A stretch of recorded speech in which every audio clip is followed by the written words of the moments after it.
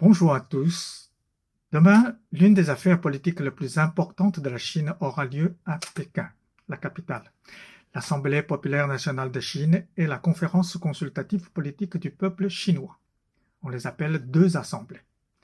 Chaque année, les contextes de ces deux assemblées sont toujours différents, et surtout cette année, 2021. Primo, c'est bien évidemment la conséquence de la pandémie de coronavirus.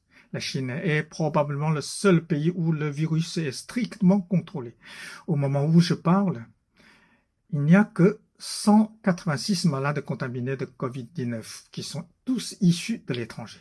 Le PIB de la Chine en 2020 est à 2,3%. Un petit miracle. Secondo, juste la veille de l'Assemblée populaire nationale, le gouvernement chinois a annoncé qu'il a réussi à l'éradication de la pauvreté dans le pays. C'est-à-dire en Chine, ce pays toujours en voie de développement, on ne trouve plus des gens qui vivent sous le seuil de pauvreté.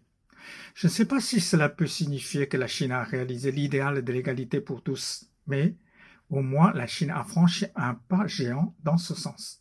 C'est un grand miracle à mon humble avis. Troisième contexte, qui est probablement le plus important, c'est que l'Assemblée populaire nationale de 2021 doit examiner et approuver, voter le 14e plan quinquennal économique.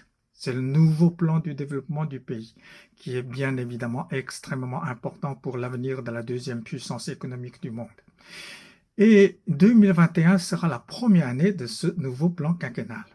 De quoi il s'agit alors ?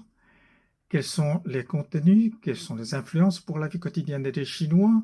Des tas de questions que nous attendions tous impatiemment les réponses. Selon certains experts, l'Assemblée populaire nationale de cette année doit discuter aussi un plan stratégique à très long terme jusqu'à 2035 pour construire un pays socialiste puissant et moderne. Le produit intérieur brut par tête à ce moment-là doit atteindre 25 000 à 35 000 $. La Chine sera à peu près comme l'Italie d'aujourd'hui. Mais comme la Chine est un pays de 1,4 milliard d'habitants, le volume global sera énorme, même plus important que les États-Unis. Alors, l'APN de cette année vous intéresse? De toute façon, pour nous les Chinois, ce sera un nouveau point de départ.